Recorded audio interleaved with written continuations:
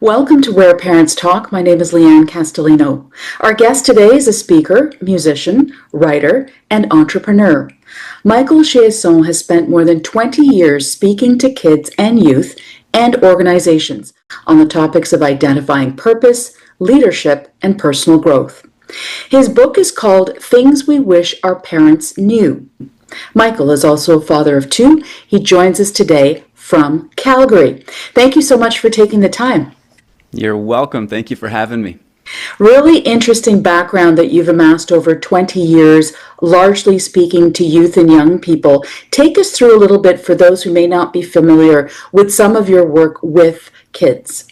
Sure. Ever since I was 14 years old, I started off as a musician, originally from Houston, Texas. Realized that there's always power in moments, creating moments that can change everything, good, bad, whatever that looks like for whatever situation somebody might be in. Over the years, I realized that these gatherings had the ability to do something great. And so ever since 14, kind of being on the stage, got older, met my wife on one of the tours I was on. And then we realized that there was something that we wanted to offer that would bring a little bit of light to the world, right?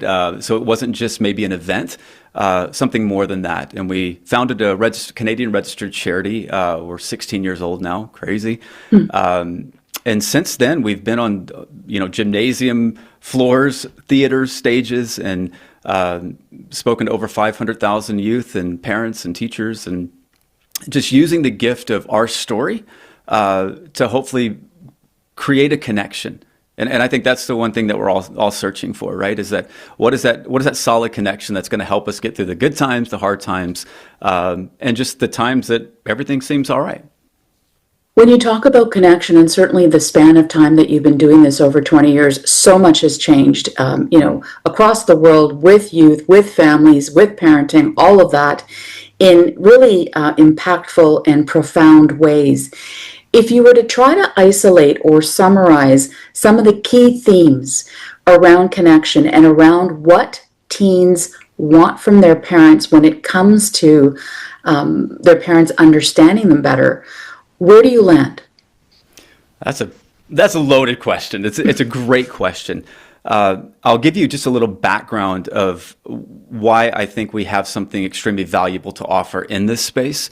First of all, I don't have a degree. I'm not like a doctor or a researcher. I like to create moments. That's my thing. Now, as a speaker that does events, one of the biggest things for me is, how do you know what you're saying? Is it landing? Is it helpful? Is it actually moving something to whatever the goal might be? Good, hopeful, inspiring, motivating. And what I did, Lianne, is after one event, you see, the kids would come into the theaters or the gymnasiums, and they didn't pay a ticket to come see me, right? Like, so in other words, they didn't really have a choice. And so my job, number one, was to disarm them, right? Let's find something right now that would be helpful for all of us to understand. We're out of class for the next 45 minutes. Oh, okay. And I start every message like this. I say, I did not show up today to try to get you to believe what I believe or act how I act. The goal for me is that we can walk out of here more inspired than when you came in. And if we can rally around that, I promise there's going to be something that you can take away from this. So that's kind of how we started the platform. And then one day I said, I really want to know something from you. And I had these pieces of paper, and I said, here's the statement. Things I wish my parents knew, ... I want you to write to us during the break. We're not going to give like a specific time for this. If anything has helped you today, if you would be courageous enough to share that. I don't want your name on it. I want this to be anonymous. I want to know from your heart. And little did I know that exchange, in other words, that's what they could offer. And when they started to write, like, I was actually blown away, Lianne. I'm looking over, I'm like, what are they even writing? I was curious. And then 10 letters, 20 letters, 100 letters, 1,000 letters. Every event just started piling up. And as we started to kind of dive in and dig into this content, I said, oh my goodness, if a parent knew, I have to believe that they would do something, or they would step into that world. And so for us, and when we go back to the connection that you talked about, we only share what's allowed to be shared or talked about. Do you ever notice that? Like we kind of have like almost these guardrails that are unseen in many relationships. And so especially with our kids, like they're not the same version as they were 6 months ago, right? They're growing up so fast in a world that is so fast paced, and they've got questions. They've got moments that they're navigating, but they're only going to talk about typically what's allowed to be talked about. And the thing that breaks my heart on that is what happens if they bring something up that's maybe off the charts, right? When they're actually really searching and seeking for guidance and direction, right? And so the guardrails, I love using that analogy, is because the guardrails, what they do is they keep us in check whenever we lose control. And we've all been there before. But it also protects us, our kids, and our families when somebody on the other side loses control, right? And so when we started to kind of frame this in that sense, we wanted to look at, okay, what were the trends? What are the things that we're hearing most about from these kids? And when we started to uncover that, what it did for me, and I want to be very like as transparent as I can with you, is it was almost as if a mirror got put up in front of me as a dad, as someone that has kids as well, because being on the stage and proclaiming a great message of inspiration and hope, and at least we think we believe it is, the version of me that the people see on stage is often a different version that my family gets to see. And so we got to take the information, because it was anonymous, and start to have some pretty courageous conversations around that. Now, why anonymous? Anonymous because whenever we've shared the letters and the content with parents, a lot of times the parents will say, that's not my kid. There's no way that's my kid. Thinking about that, talking about that, asking, and it's good, it's funny, it's bad, it's everything kind of in the story. And the interesting thing to me is, I said, well, if you believe this is not your kid, then I will probably say that it might be one of your kid's friends that might be asking this question. So one of the parents brought a list of the top 7 that we had kind of seen, and they put it in front of their kid. And their kid was like, nope, nope, nope, nope, nope. And I said, just ask this question. Do any of your kids, any of your friends, maybe do you feel could relate to any of these things? That's when the conversation changed. So lots to unpack there, but let's start with why do you believe that kids, teens, young adults have so much, they struggle so much to share their emotions, share their feelings, their desires, their fears with their parents? Expectations, maybe. I think that's a big one. Unspoken expectations. Expectations that we create, even for us we're still a son and a daughter too, right? We still have parents. They might not be with us anymore. But there's that thing that we've been entrusted, this gift of life, that we want to, we get to a point where we realize we want to do something remarkable with that.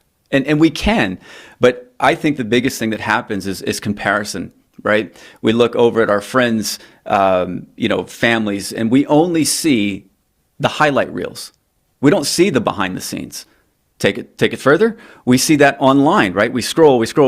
Oh, I want to be like this. I want to have that. I want to do this. If I could just, have this many followers, then there would be significance. And I believe that for me, that was my story too. Is like we constantly compare our lives to other people's highlight reels, but what I'm comparing myself to is what I see in the mirror. And a lot of times that's the challenge. And I share this with teenagers and parents and corporations. The greatest obstacle, I believe, in life that we will ever have to face has little to do maybe with a tragedy or a difficult situation, though that's big. But the biggest obstacle, I believe, is the reflection that we do see in the mirror. To be able to understand that we're not perfect, we're in process. Today is the starting point of what's going to come tomorrow. The decisions we make today get to determine that story we get to tell tomorrow.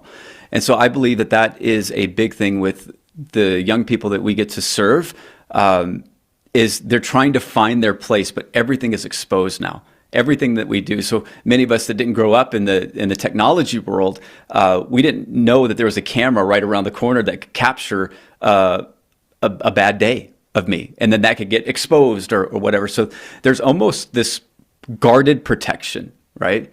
And unfortunately, we bring that everywhere that we go. And so my hope is that as families, we can say, you know what, this is the place that it's like coming home safe, right? This is a safe place that we can be honest and that we can talk and we can share and we can get to know where we're really at and what we can do to help.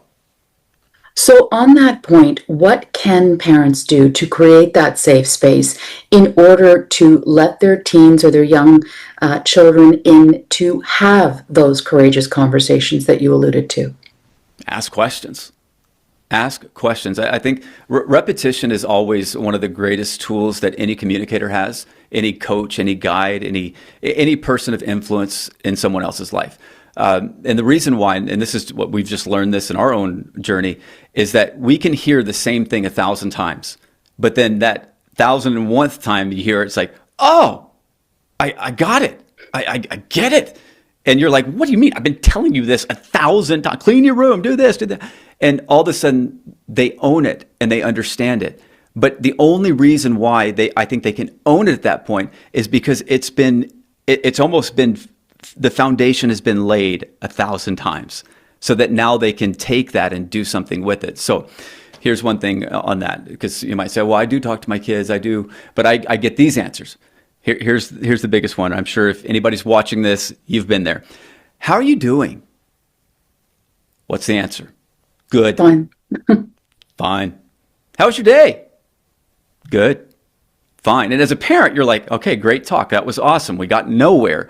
What we've learned is that those questions, even though there's only one word responses, is the questions that become a foundational point of their day.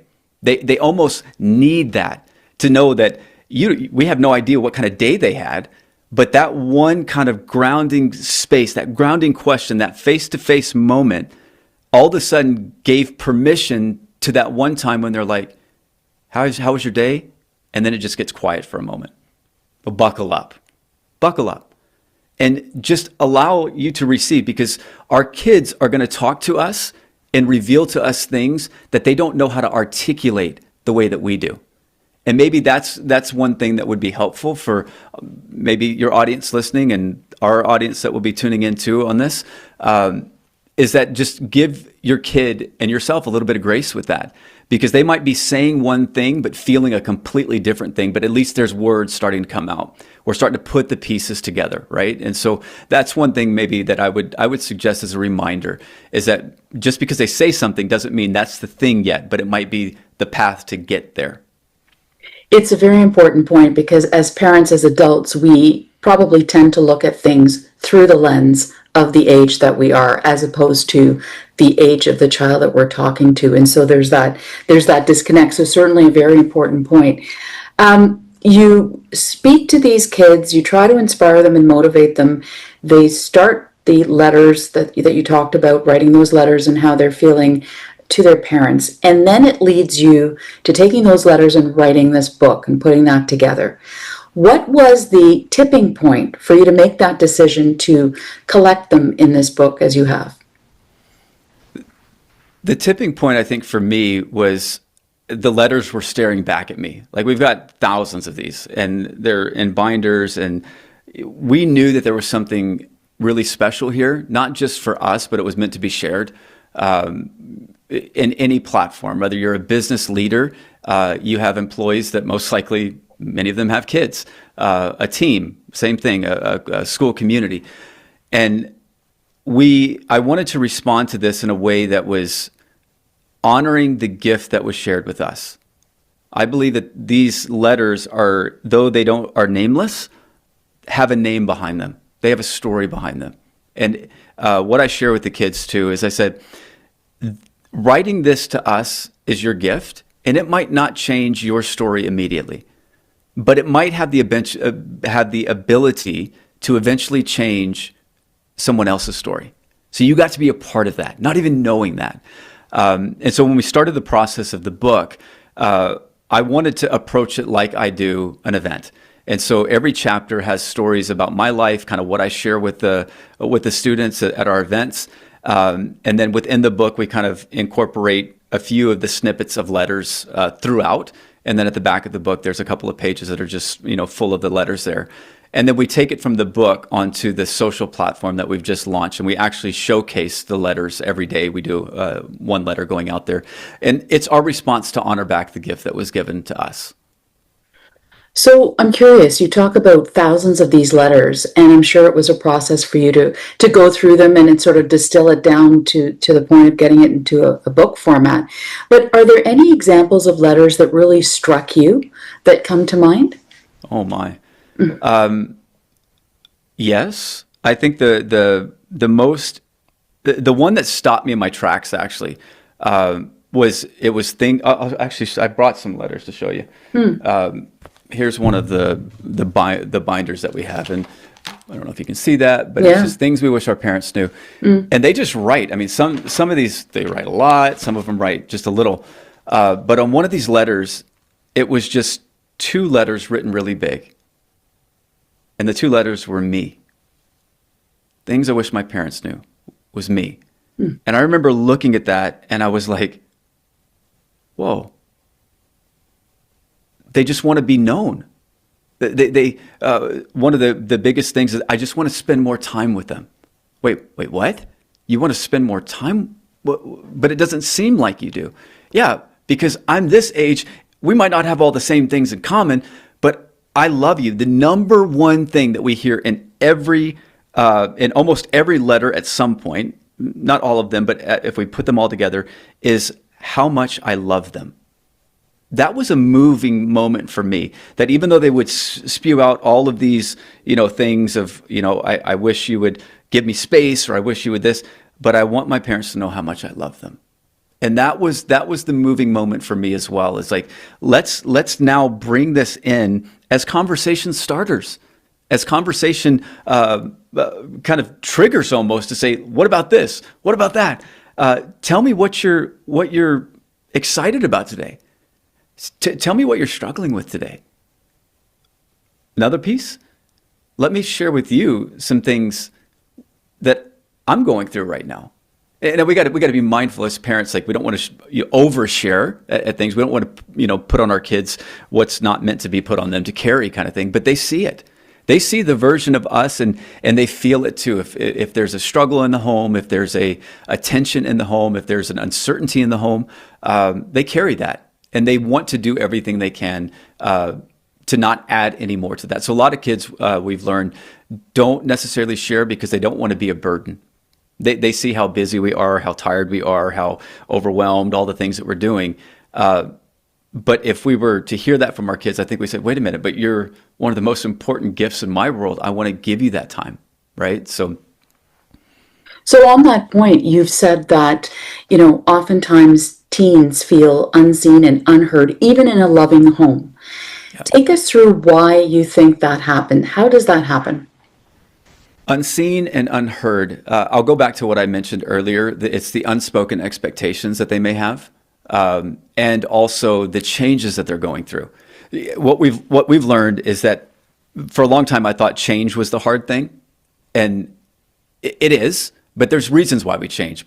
We change when we have to change. Let's say we break our arm and we have to all of a sudden learn how to write with this hand if you write with a different hand. But it's not the change, I think, that is the hard part. I think it's the transition of change, right? That's the thing that makes us uncomfortable. Because what would happen maybe in junior high, now I'm in high school. Wow, that's a different rhythm of life for many people. That's a different group of friends. A lot of times they might go to a different high school. And so with a lot of things that are happening, it's like we want to stand out and we want to know that we have a place, but at the same time, we're afraid to be exposed. And so when we take that in, that's where the, not being noticed or unseen can happen, right? And so I think it's just the constant reminders of like, I want you to know that I'm here. I want you to know that we can talk about this. And again, a lot of times we don't share it. I mean, think about our own lives. How much of what we went through in our high school and junior high careers do our parents really know about?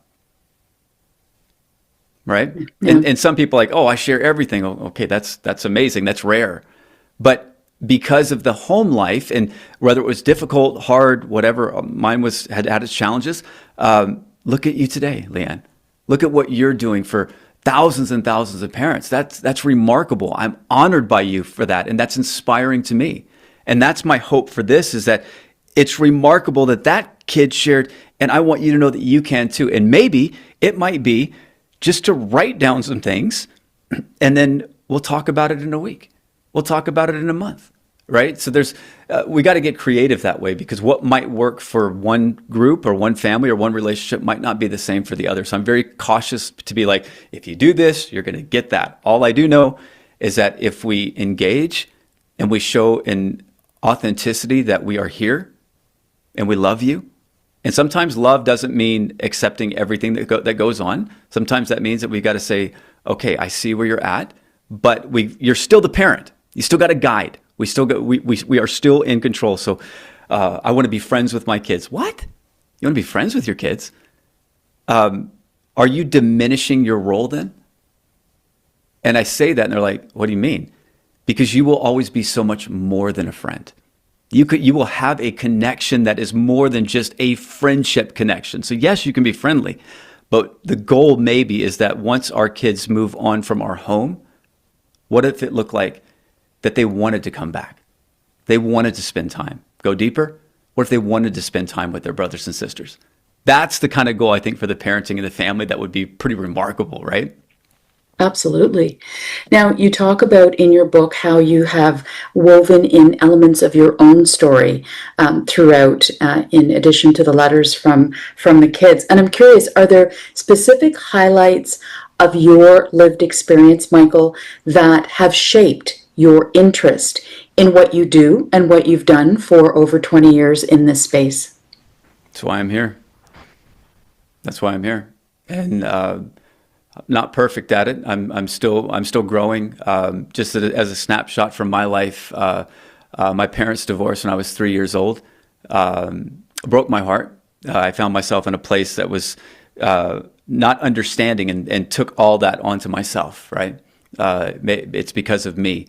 My dad was a musician. My mom was a roadie. And they got together and decided to get married because they thought that was what everybody expected them to do. My mom had a really hard journey. My mom ended up in prison, in and out, her whole life. To this day, the relationship with my mom has been complicated. We're closer than we've ever been because of this book now, and I'm very grateful for that. But I know what it's like to be sitting in a theater with a motivational speaker up there, being like, "What is this really all about? I don't care about what this guy has to say." And I shared in the book. I got called out by that guy because I was making all my friends laugh, and he made me stand up. He said, "Hey, funny man, stand up." And of course, I was the class clown, so I stood up, and he goes, "Do you think you're funny?" I said, "Well, clearly I'm funnier than you." And he says, "Well, since you don't get the attention at home that you need." And I'm like, "Uh-oh, this guy's got my number. He's good." And I told him about my family, and I told him about my dad, because I was proud of my dad, right? He was there. He raised me as a single father for the majority of my life. But then he asked the question that called my bluff. He asked the question, "Tell me about your mom." And at that point, I didn't know how to talk about it. And he was respectful. And this is in front of like 800, 1,000 kids in our theater. And he says, "I'm not going to make you talk about that, but will you answer me one question?" I said, "What?" He goes, "Do you love your mom?" And I remember there was a silence in that theater. And I clenched my fist together, and I was tired of pretending. I was tired of, I had questions, and I wanted to be honest. And remember what I told you earlier, is that sometimes what we say is not necessarily what we really mean, but we just have to start. And I looked at that guy and I said, no, I don't know how things end up. How could I love someone that walked out? I didn't know the background of my mom's story, though. And he said this one statement. He goes, "If I can prove to you that you love your mom, would you sit down and listen to my talk?" I said, "Give it your best shot." And with one statement, everything changed for me. He said, "If you didn't love your mom, it wouldn't hurt." Got it. Powerful. And I sat down and I realized that there's more to the story than I knew at that moment. And that began the journey for me. And that began also the inspiration for me, is that if I can help be a part of being a light to one kid, one person that might be questioning life and thinking, I don't belong here. One question from a kid that says, hey, I got this dream and this idea and I want to pursue it. I don't know if I'm good enough. But to have that one story kind of speak into your life in that moment, because the moments create movements. What kind of movement that creates, that's up to you and that's up to me. And so we've made a commitment to kind of keep showing up. And if 1,000 people are there, great. But I will always do for one what we hope to do for 1,000. And so that goes back to the story of us being here on this podcast, I think, too. Yeah, there's a book, and I'm honored and grateful for all of our supporters that helped us get here to this point. But really what matters most is conversations like this between you and I, learning from each other, sharpening each other, helping each other, and then taking the gift that, Lianne, you've been given, because you've been given a powerful gift, and sharing it with the world, letting them take that now and then do something even greater with it. That's our hope. And, as you speak, we're living in a time where being a parent has never been more uniquely challenging in human history, it's safe to say. And being a young person has never been more challenging for all of the reasons that some of which you've alluded to. A confluence of things are making it challenging to be a young person and to be a parent these days. So on that note then, what can parents do in terms of, like, how often, for example, should they ask their teens, what do you need me to know? Like, getting that conversation, you talked about curiosity and asking questions and all those things, but do you feel that there's a sense of urgency for parents to get this kind of conversation going, because we're living in a time where we're in the middle of a youth epidemic globally of mental health issues and other things. And some of these issues can probably be traced back to what's going on in the family.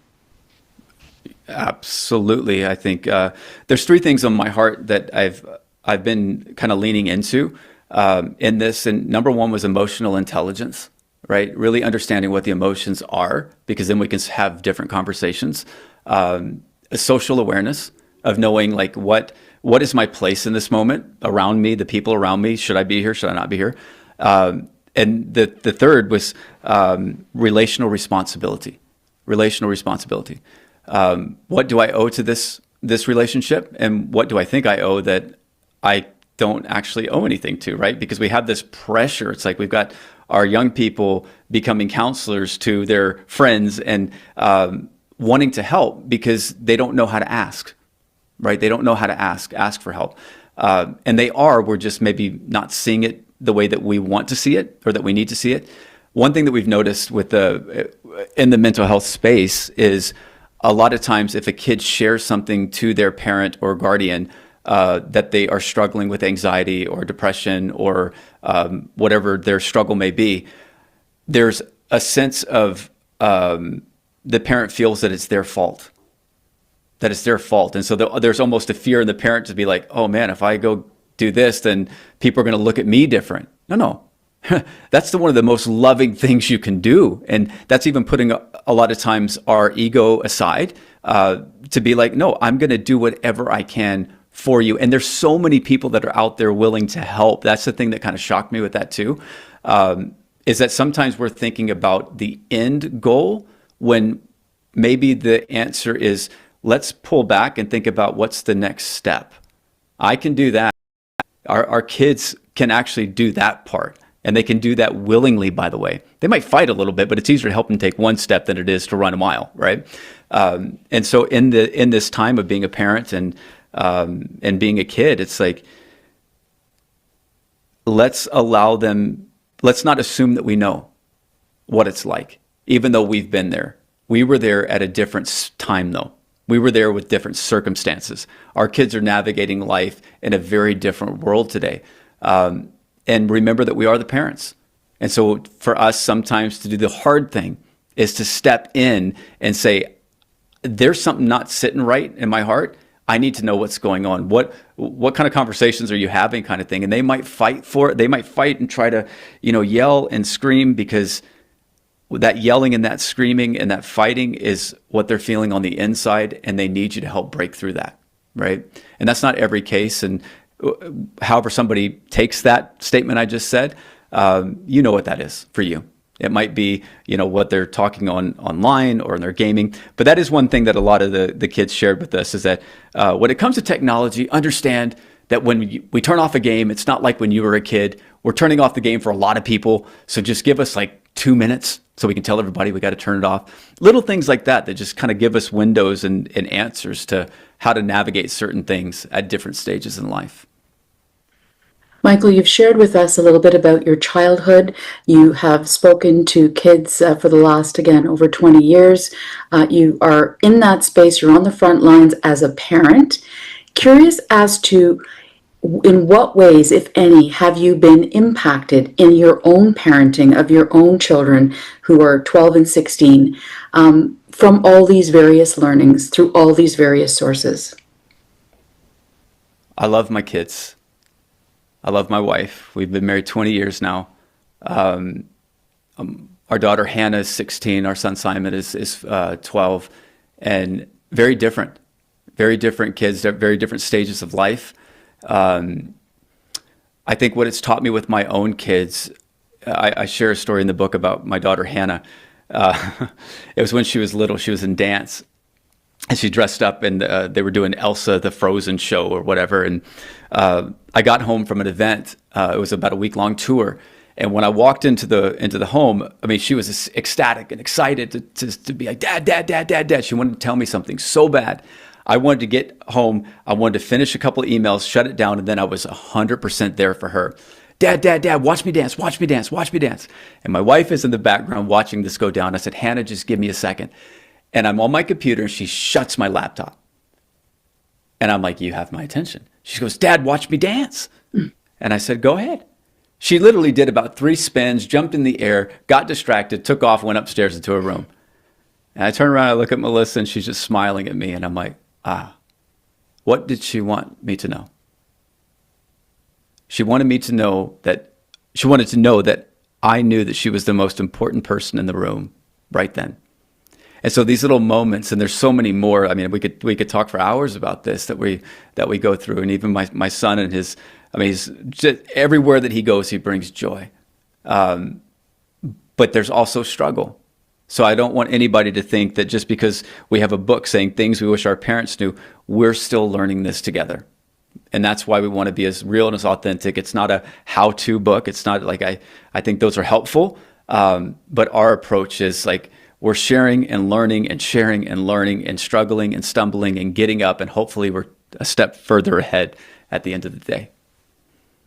We're almost out of time, Michael, but I did want to ask you, if you could write one letter from parents to a teen, what would it say? I'm sorry. I'm sorry.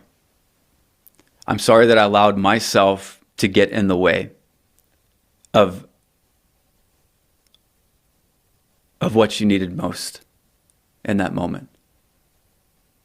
And I'll share that with you. With my daughter had a moment happen just over a year ago, and I reacted to the situation because I thought it was you did something, you didn't listen, you didn't do this, and made a mistake.